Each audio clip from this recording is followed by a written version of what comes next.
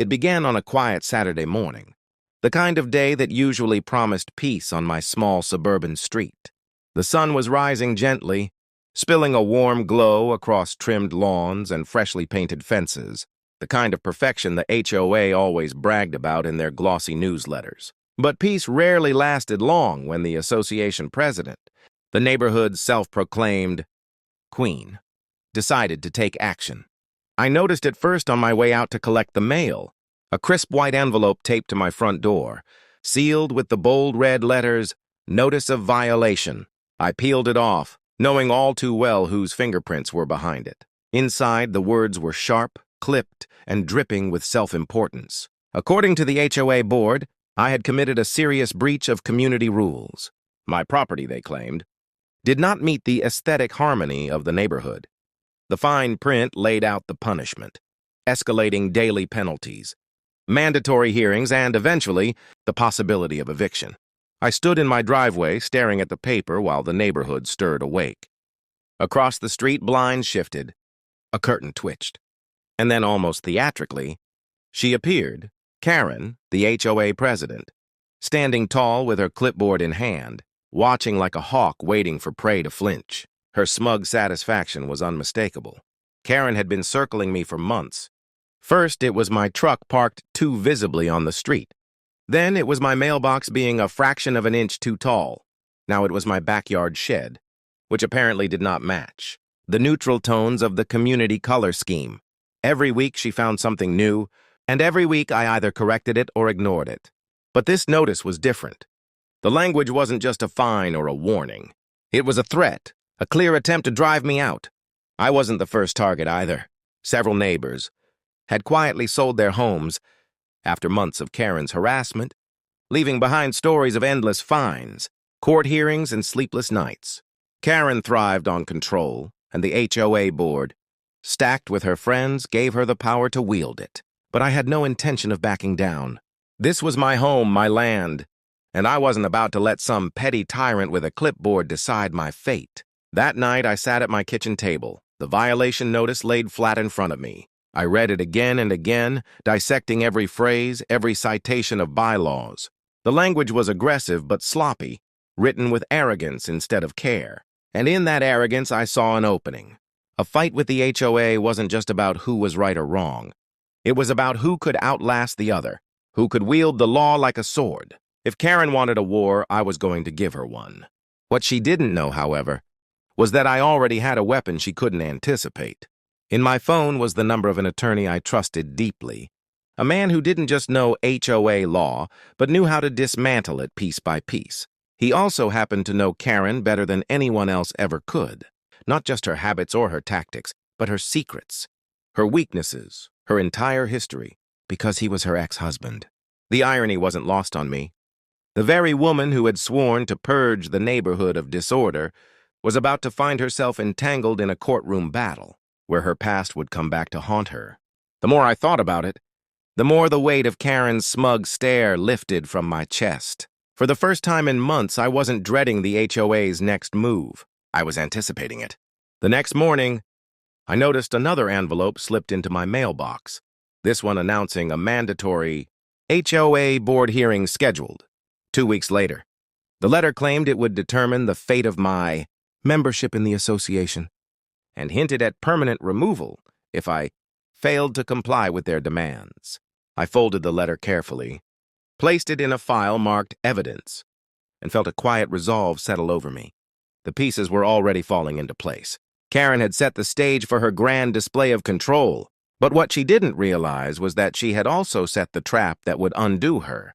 I picked up my phone, scrolled through my contacts, and pressed call.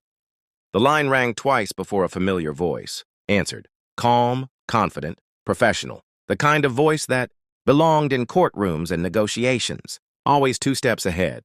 I explained the situation, every detail, every word of the notice. He listened silently, letting me vent, letting the anger bleed out. Then, with a tone of quiet certainty, he said he'd take the case. The war with the HOA had begun, and Karen, for all her confidence, had no idea she was walking straight into a battlefield, where the person across the table knew her every move before she made it.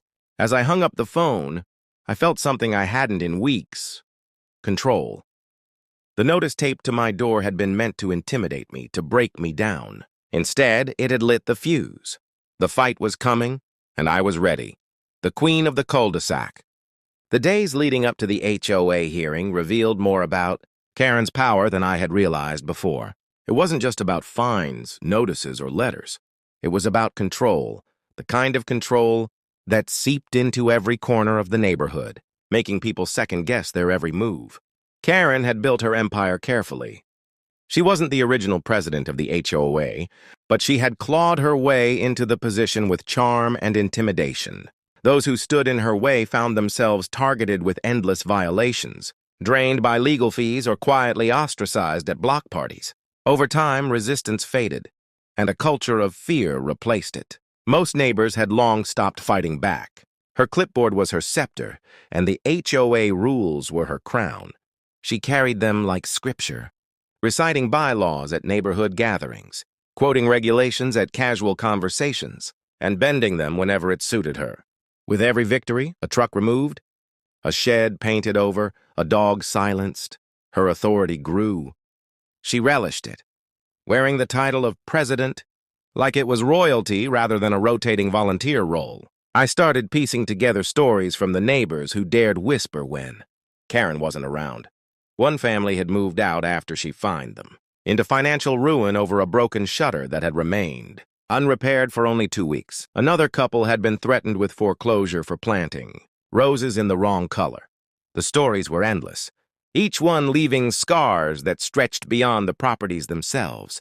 Karen wasn't managing a neighborhood. She was ruling it. But rulers often forget that their thrones can crumble. While Karen spent her days patrolling driveways and cataloging infractions, my lawyer was already dissecting the strategy. Each notice she had sent me was riddled with small errors, procedural mistakes, overreaches of authority, even outright fabrications. HOA law was tricky, filled with loopholes and contradictions, and Karen's arrogance blinded her to them all. What she saw as airtight control was, in reality, a fragile structure held together by intimidation, not legality. What gave me an edge wasn't just the law. It was who I had on my side. My lawyer Daniel knew Karen in ways few did. Their marriage had been a long, turbulent storm that ended in a divorce Karen rarely spoke about. She portrayed herself as the perfect suburban matriarch. But the cracks in her story were visible to those who looked closely enough. Daniel had endured her manipulation, her need for dominance, and her relentless thirst for control. He had walked away from her stronger, and now, ironically, he was preparing to face her again, this time with the law on his side. He told me things I hadn't considered. Karen's tactics weren't random. They were part of a pattern. She thrived on confrontation but crumbled under scrutiny. Her confidence faltered when rules were turned against her, and her carefully constructed image of authority couldn't withstand exposure. Daniel had seen it before, in their marriage, in negotiations, in the moments where her control slipped through her fingers. He assured me that if we stayed patient and precise, Karen would undo herself. Meanwhile, Karen was busy staging her performance. I noticed her holding more meetings with the HOA board, gathering her allies in her living room for late-night discussions that echoed across the street. Flyers were sent out, subtly framing me as the non-compliant neighbor who threatened the harmony of the community. She was rallying her troops, setting the narrative, preparing to make an example of me. But I refused to play defense. Every notice she posted, every attempt to smear my name, went straight into my growing file of evidence. I documented everything: dates, times, witnesses, even the shifting wording of her accusations. Daniel assured me that in court, details win battles, and I was building an arsenal of them. The night before the scheduled hearing, I took a long walk around the neighborhood. The air was heavy with unease. Some neighbors avoided eye contact, unwilling to be seen speaking to me. Others gave small, quiet nods of support, a silent acknowledgement that they, too, had been victims of Karen's reign. Children played, half-heartedly on driveways, while their parents whispered in hushed tones. It was a kingdom subdued, bound by the will of one woman and her clipboard. But as I walked, I realized something else. This wasn't just about me anymore. Karen had spent years tearing people down, forcing them out, draining their spirits. If I fought this battle right, it wouldn't just be my victory, it could be everyone's. For too long, the neighborhood had bent under her rule. Perhaps finally it was time for someone to break her grip. When I returned home, my porch light illuminated yet another envelope. Another violation notice, this one claiming my front lawn was improperly maintained. I smirked, slipping it into the file without a word. Karen thought she was tightening the noose, but all she was doing was tying knots she couldn't untangle later. The stage was set. The HOA hearing loomed, and Karen believed it would be her crowning moment. The chance to stand before her board and parade, her victory over another neighbor. What she didn't know was that her biggest rival wasn't me standing across the table. It was the man sitting beside me, the one who had once shared her home, her secrets and her downfall. The gavel of judgment hadn't yet struck, but the first cracks in Karen's empire were already showing. Chapter 3. The Hearing. The night of the HOA hearing carried the weight of ceremony, though it was nothing more than a gathering in the community clubhouse. Still, Karen had orchestrated it as though it were a royal trial, her chance to demonstrate power before her hand-picked board and her watchful neighbors. The room was arranged for intimidation. Folding tables had been set in a horseshoe, with Karen seated at the center like a judge presiding over her court. Her clipboard rested neatly in front of her, stacked with papers that she shuffled theatrically, as if each page contained damning evidence. To her left and right sat the board. Members, a collection of neighbors, who owed their positions, less to competence and more to loyalty. Some looked nervous, but most wore expressions of practiced indifference, their silence already pledged to Karen. The audience consisted of a smattering of residents, many of them curious, some quietly supportive, and others simply eager to avoid being noticed. Whispered speculation buzzed through the room until Karen raised a hand, silencing them with a smile that reeked of smug confidence. When I entered, every eye shifted. Karen's smile widened, the kind of smile a predator gives when it believes the hunt is over. She expected me to walk in alone, perhaps looking cornered, ready to plead my case. Instead, I walked in with Daniel at my side. His presence was calm, steady, and commanding in its quiet way. The moment Karen saw him, the smile faltered. It was a flicker, barely noticeable. But it was there, the kind of crack that reveals far more than words ever could. She recovered quickly, but the damage had been done. The audience noticed too, whispering at the sight of the lawyer who had once been Karen's husband. Suddenly, the hearing had shifted from a routine show of dominance into something else entirely. Karen cleared her throat, tapping her pen against the clipboard. She began with a speech, carefully rehearsed, dripping with self-importance. She painted a picture of me as a disruptive neighbor, a rule-breaker who threatened the harmony and beauty of the community. She listed my supposed violations one by one, each claim more exaggerated than the last. According to her, my shed was an eyesore, my lawn a disgrace, and my property a constant reminder of defiance against the HOA's sacred rules. Her voice carried across the room, confident, commanding, practiced. The board members nodded along like puppets, reinforcing her narrative with silent approval. The audience listened, some rolling their eyes discreetly, others whispering in uneasy agreement. Karen was in her element, basking in the spotlight she had crafted for herself. But Daniel was patient. He let her speak, let her dig deeper with every accusation. His calm presence beside me was a stark contrast to Karen's theatrics. When she finally concluded with the dramatic proclamation that I should be removed from the association to preserve its integrity, Daniel leaned forward unhurried and placed a folder on the table. The room quieted as he began to speak. His voice was measured, deliberate, free of theatrics, but full of authority.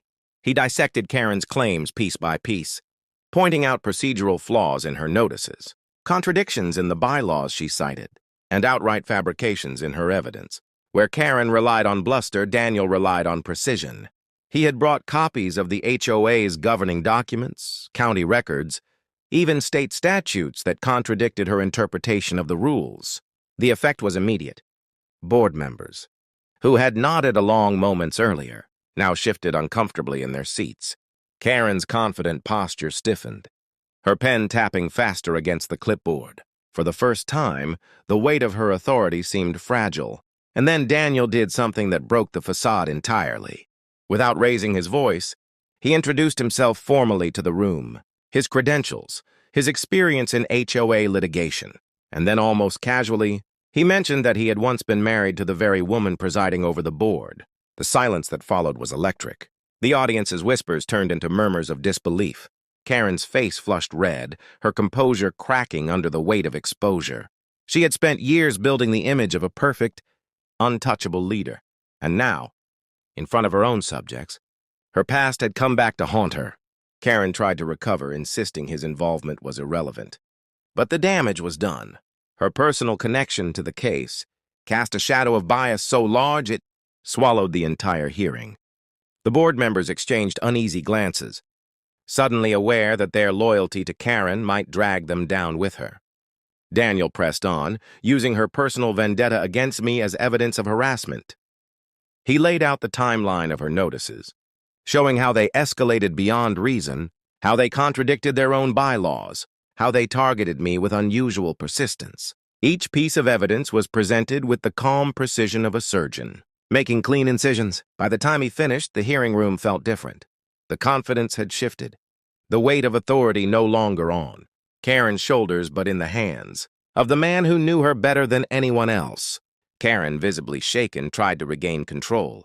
She slammed her pen against the clipboard, raising her voice, accusing Daniel of conflict of interest, of bias, of personal vendetta, but her words rang hollow, more defensive than commanding. The board members listened, but their earlier obedience had faltered. When the gavel finally struck to adjourn the hearing, the decision was postponed. The board claimed they needed time to deliberate, but everyone in the room knew the truth. Karen's empire had taken its first real blow. As we walked out, neighbors who had once avoided eye contact now looked at me differently. Some nodded in quiet approval. Others whispered, emboldened by the cracks in Karen's armor. The neighborhood had seen something they had never seen before. Karen cornered. But this was only the beginning. Karen was wounded, and a wounded ruler rarely retreats quietly. The real battle was yet to come, and I knew she would come back with everything. She had left. Chapter 4. Retaliation. Karen was many things, but defeated was not one of them. The cracks that showed during the hearing had rattled her. But instead of retreating, she doubled down. For her, power wasn't something given. It was something seized. And if she felt it slipping, she clawed for it with everything she had. The days after the hearing became a spectacle of retaliation. It began with whispers.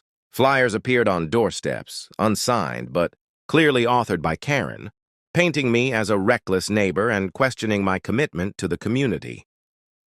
They warned of dangerous precedents if people like me were allowed to stay, threatening that property values would collapse and harmony would vanish. The flyers were joined by emails, mass messages sent to the neighborhood mailing list. She portrayed herself as the protector, the lone figure standing against defiance. She used words like threat, disharmony, and outsider, weaving a story where I was not just a neighbor in violation, but a symbol of rebellion. It was propaganda, carefully designed to instill fear. But propaganda only works when people believe it, and not everyone did. Some neighbors, quietly emboldened by the hearing, began to push back. They spoke cautiously at first, asking why I was being singled out, why the board seemed obsessed with one resident. Others simply ignored Karen's messages, tired of her endless theatrics. This shift in tone infuriated her. I could see it in the way she marched the sidewalks, clipboard clutched tighter than ever, scanning driveways with a fury that burned hotter than the summer sun. Her notices grew pettier. A neighbor was fined for leaving their garbage bins out a few minutes past pickup. Another was cited for planting flowers that disrupted the color scheme. Karen was lashing out, trying to reassert dominance, but all it did was draw more attention to her overreach. Meanwhile, Daniel worked quietly behind the scenes. He filed motions, gathered records, and built the legal scaffolding that would soon support a full-scale case. He explained that Karen's smear campaign wasn't just annoying, it was evidence. Her flyers, her emails, even her petty citations against others, could be used to establish a pattern of harassment and abuse of power. What Karen thought was control was, in reality, self-destruction, and Daniel was documenting every step. Still, Karen wasn't finished. She needed a bigger stage. A grander battle where she could reassert herself as the undisputed authority. She petitioned the board to escalate the case beyond neighborhood hearings, pushing it toward formal legal action. Her justification was clear. If the HOA didn't deal with me decisively, its power would erode. The board hesitated. Some remained loyal, unwilling to break from Karen's grip. Others, however, began to see the risk. The spectacle of the hearing had shaken their confidence, and Karen's personal connection to Daniel had cast an uncomfortable shadow over her leadership. But Karen was relentless. She framed the escalation as a defense of the community itself, warning that failure to act would invite chaos. And so, reluctantly, the board voted to pursue legal proceedings. Karen declared it a victory, parading through the neighborhood as though she had restored order. But beneath the surface, her celebration was hollow. The courtroom was not the clubhouse. There, she couldn't silence opposition with a raised hand or scripted speech. There she would be under oath, her words scrutinized, her actions weighed against the law. For Daniel, it was the moment he had been waiting for. He began preparing with meticulous care, organizing files, interviewing neighbors willing to speak, and gathering every shred of evidence that revealed Karen's obsession. He didn't just plan to defend me. He planned to dismantle her empire. The tension in the neighborhood grew heavier with each passing day. Some residents avoided the looming conflict, keeping their heads down. Others began quietly rooting for me, tired of living under Karen's thumb. I could feel the shift in the air, a sense that this wasn't just my fight anymore, it was everyone's. Karen, of course, remained oblivious. In her mind, the courtroom would be her triumph. She believed the law was just another tool she could bend to her will, another stage for her performance. What she didn't realize was that the law doesn't bow to clipboards and flyers. In court, truth had weight, and Daniel knew how to wield it. The summons arrived one evening, crisp and formal, delivered to my door. The date was set. The courtroom showdown Karen had demanded was finally happening. That night, I sat at the same kitchen table where I had first opened her violation notice weeks before. But this time there was no anger, no fear, only resolve. Karen had chosen the battlefield, but she had no idea the weapon she had placed in my hands. The fight was no longer about a shed or a lawn. It was about power, control, and the reckoning of a woman who had ruled unchecked for too long. And as the court date loomed, one truth became clear. Karen's greatest mistake wasn't targeting me. It was forgetting who was standing beside me. Chapter 5. The Courtroom Strike. The morning of the trial carried a weight that even the sun couldn't cut through. The courthouse loomed in the distance, its gray stone facade towering like a monument to justice. For me, it represented resolution. For Karen, it was supposed to be her throne room. But beneath the marble and wood panels, the courtroom was not a place for pageantry. It was a battlefield where facts, strategy, and credibility decided the victor. Karen arrived in grand fashion. She wore a tailored suit, crisp and severe, with her hair pulled into the kind of bun that screamed authority. She clutched her clipboard as though it were a royal decree, striding into the building with her entourage of board members trailing behind. Their faces were stiff, as though they knew they were walking into something larger than they could control. Her confidence was palpable. She greeted the clerks with the charm of someone used to getting her way, smiled tightly at neighbors in the gallery, and even flashed me a look of smug certainty as if to say, "This is where it ends for you." But Karen wasn't facing me. She was facing Daniel. Inside the courtroom, the air shifted the moment he walked in. He didn't stride or boast. He simply carried himself with a calm authority that filled the space without demanding it. His suit was modest but sharp, his files neatly organized, his expression unreadable. The judge, already familiar with his reputation, gave him a nod of recognition. Karen noticed, and though her smile held, her grip on the clipboard tightened. The proceedings began with Karen's opening statement. She spoke with the same flair she had used in the clubhouse hearing, her voice steady and dramatic, painting me as a disruptive element who had flouted community rules with arrogance. She recited violations as if reading charges in a criminal case, weaving a narrative of rebellion and disharmony. Her words filled the room with practiced conviction, but Daniel sat still silent, letting her play out her performance without interruption. When she finished, the judge nodded politely, unimpressed but attentive. Then Daniel stood. His opening was the opposite of Karen's, calm, measured, deliberate. He outlined the case not as a conflict of personalities, but as a question of law. He explained how the HOA had exceeded its authority, how procedures had been ignored, and how Karen's actions represented not governance, but harassment. Each word carried weight not because of volume, but because of precision. And then came the evidence. Daniel laid out the notices one by one, highlighting contradictions, errors, and fabricated claims.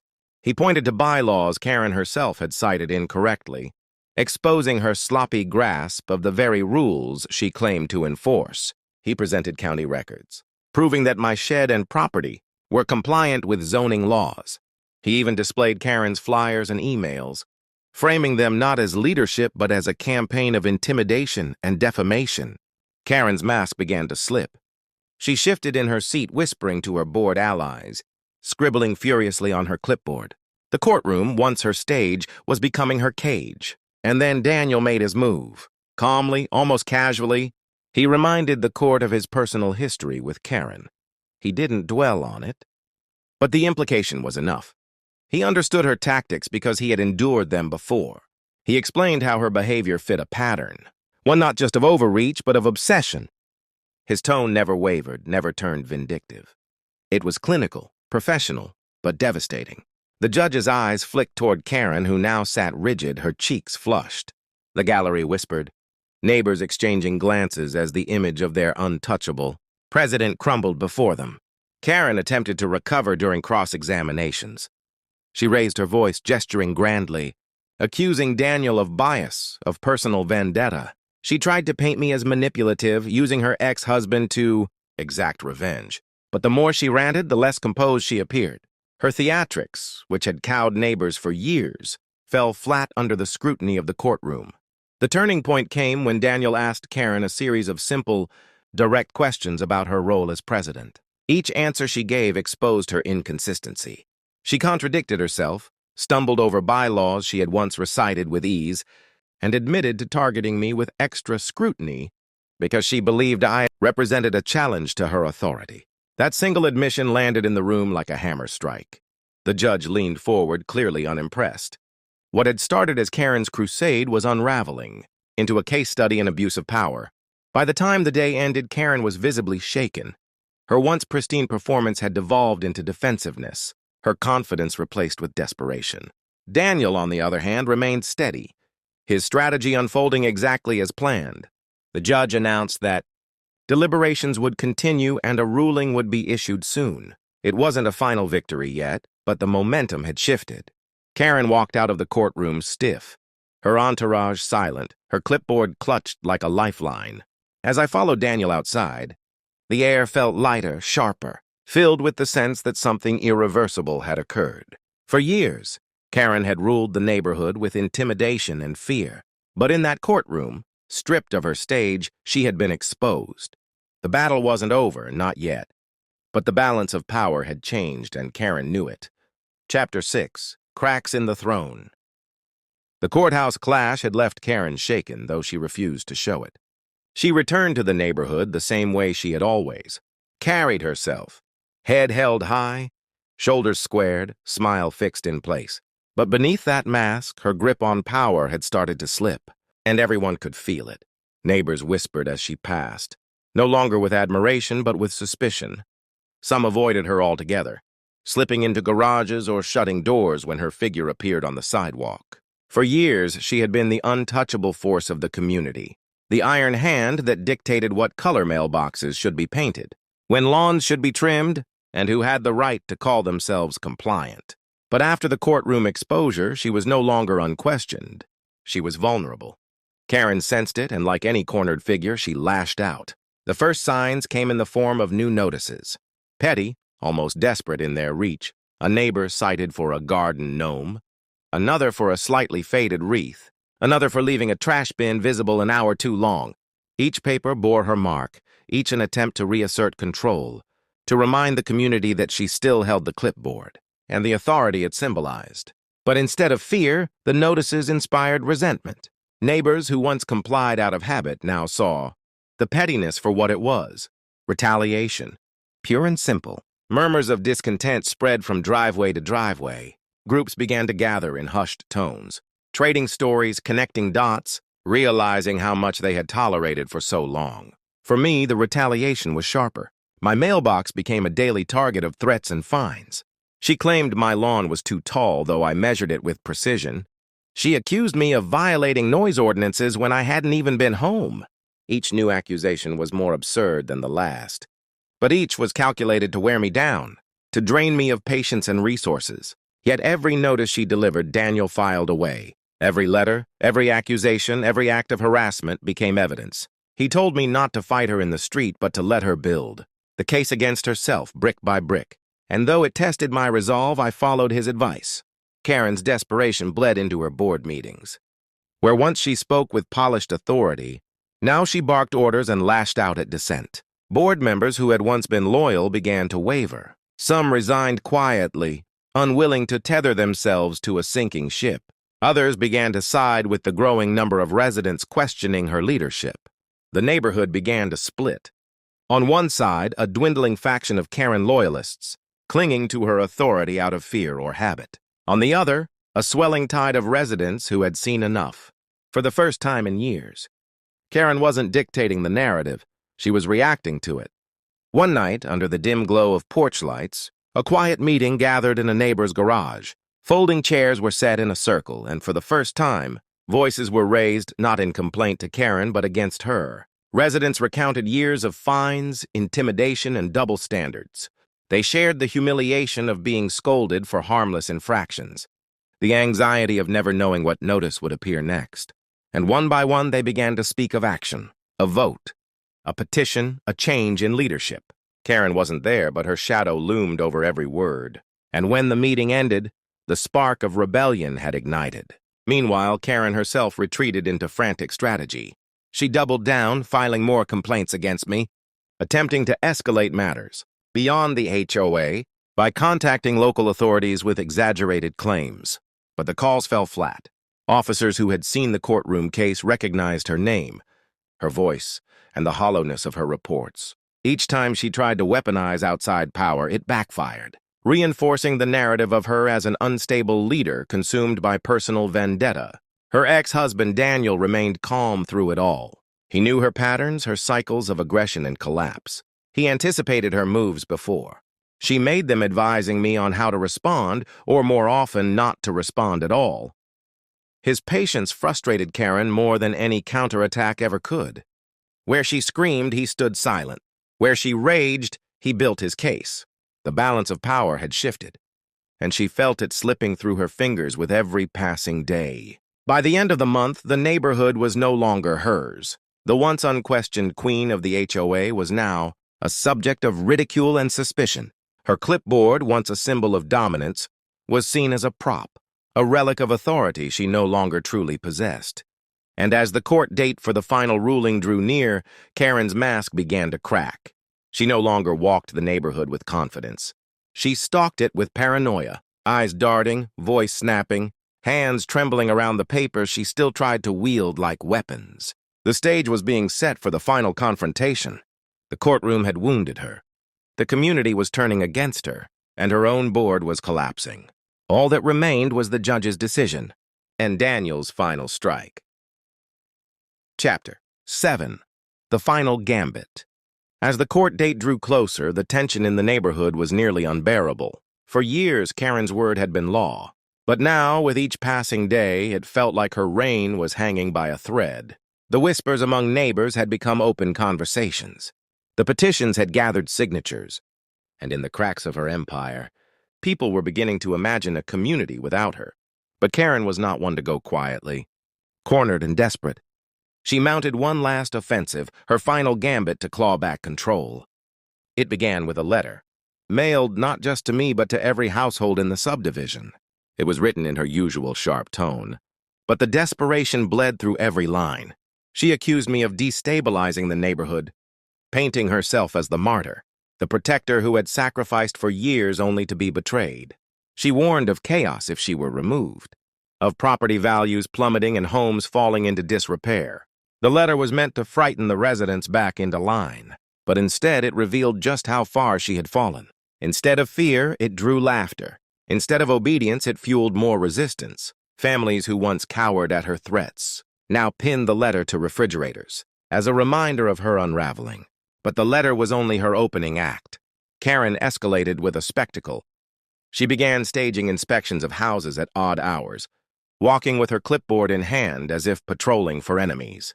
She stood in driveways, pointing, muttering, scribbling furiously as if preparing dossiers. Neighbors peeked through curtains, recording videos that later made their way into group chats. Her behavior had crossed from controlling into unhinged, and people noticed. And then came the false report. One late afternoon, a police cruiser pulled up to my driveway.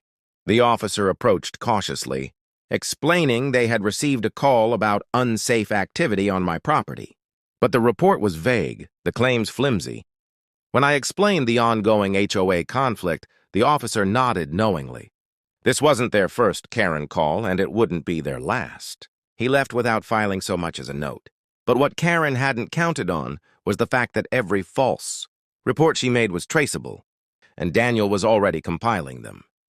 The police department had grown weary of her antics, and with Daniel's request, the records were pulled. What she thought were weapons became proof of harassment. By the week before the court date, Karen was visibly unraveling.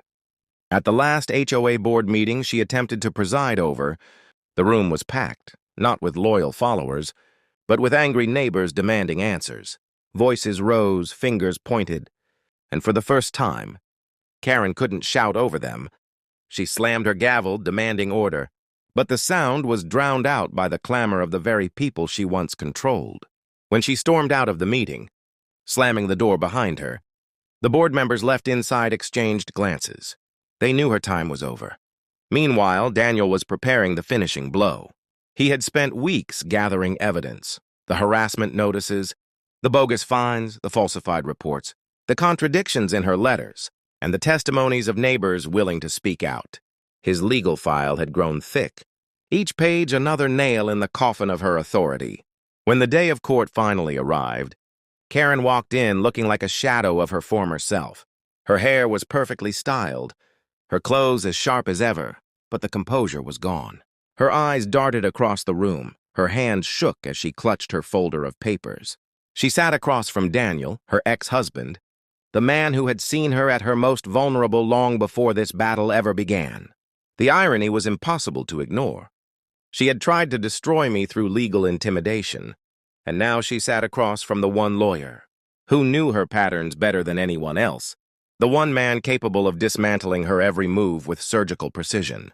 And as the judge entered and the session began, Karen's fate hung in the balance. The courtroom was quiet, but the silence was heavy, charged with the weight of years of fear, control, and retaliation. This wasn't just another hearing. This was the reckoning. Chapter 8. The Verdict. The courtroom carried a silence so sharp it could cut through glass. Every shuffle of paper, every clearing of a throat echoed in the still air. For years, Karen had thrived on being the loudest voice in the room. But here, her power meant nothing. In this chamber, it was facts and law that mattered, not intimidation. Daniel rose first. Calm, deliberate, and precise, he began, laying out the case like a craftsman placing each brick of a wall. He presented the violation letters Karen had sent, pages upon pages of petty fines, each one more absurd than the last. He highlighted the contradictions, the inconsistencies, the outright fabrications. Then he unveiled the false police reports, evidence of a campaign of harassment that extended beyond HOA duties into outright malice. Each piece of evidence stacked higher, and with every page, Karen seemed to shrink in her seat. The neighbors, many of whom had shown up to watch, exchanged silent nods as their grievances were voiced aloud in a place where Karen could no longer dismiss them. For once, the record was clear and undeniable. When it was Karen's turn to speak, the unraveling was complete. She clutched her papers, her voice rising and cracking as she tried to portray herself as the victim. She painted pictures of chaos and disorder, blaming me for sowing dissent, claiming the community would collapse without her iron grip. but her words lacked weight. They sounded hollow, desperate, even paranoid. The judge listened patiently, but the skepticism in their expression grew with each passing minute. Karen wasn't winning sympathy. She was exposing herself. And then came the final blow. Daniel didn't just dismantle her accusations. He exposed the very structure of her power. He revealed how she had manipulated bylaws, extended her own term limits, and levied fines with no legal backing. He called it what it was: abuse of authority. And with the stack of evidence laid bare, there was no denying it. The judge's ruling was swift and devastating. The HOA's attempt to force me out was declared invalid. The fines Karen had levied were deemed unlawful, and restitution was ordered. Most importantly, Karen was stripped of her authority. Effective immediately, she was removed as HOA president, barred from holding any position of power within the association. The gavel struck, and the sound wasn't just an end, it was a liberation. Karen sat frozen, her face drained of color as the reality of her downfall set in. Around her, the neighbors she once commanded whispered, their relief palpable. Some smiled, some shook their heads in disbelief, but all knew a chapter had closed. For me, it was victory, but it wasn't just personal. It was justice for every family she had bullied, every resident she had silenced, every child she had scolded for playing too loudly. It was the neighborhood reclaiming itself. In the weeks that followed, the atmosphere shifted. Where once there had been tension, there was laughter. Barbecues reappeared on lawns, kids played freely in the streets, and neighbors waved without fear of being reported. The clipboard patrols were gone, replaced by a board that actually listened, one that remembered what community meant. As for Karen, she became a ghost in her own neighborhood. No more morning patrols, no more letters, no more commands shouted across lawns. She kept to herself, blinds drawn. Her reign reduced to a cautionary tale whispered among those who once trembled at her footsteps. And in the end, the irony remained the sweetest part. She had tried to destroy me with legal firepower, only to fall to the one person who knew her better than anyone else, her ex-husband. Daniel hadn't just defended me. He had dismantled the empire she built, brick by brick until nothing was left but dust. The HOA had thought they could break me. Karen had thought she could erase me. But the truth had a way of cutting through the lies. And justice, when it came, was absolute. The neighborhood was free. And Karen's name, once feared, was now nothing more than a punchline. The gavel had struck once, but its echo would last for years.